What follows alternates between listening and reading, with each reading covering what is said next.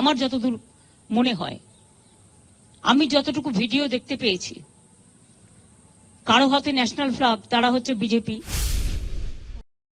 ये जो कांड किया है ना, डॉक्टर लोग बोल रहे हैं इसमें टीएमसी का कोई एमपी, उनका भतीजा इन्वॉल्व है।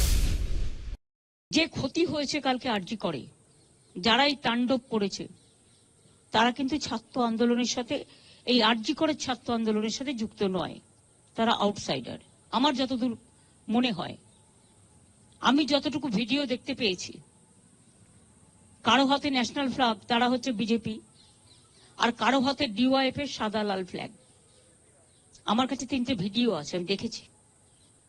কালকে পুলিশকে যেভাবে আক্রমণ করা হয়েছে, আমাদের একজন ডিসি যিনি নিরাপত্তার জন্য ওখানে ছিলেন, আমার 2জন ওসিও ছিলেন, 1 ঘন্টা তাকে খুঁজে পাওয়া যায়নি। আনকনসাস অবস্থায় তাকে উদ্ধার করা হয়। তখন তার মাথা ফেটে মানে চুরচুর করে রক্ত পড়ছে।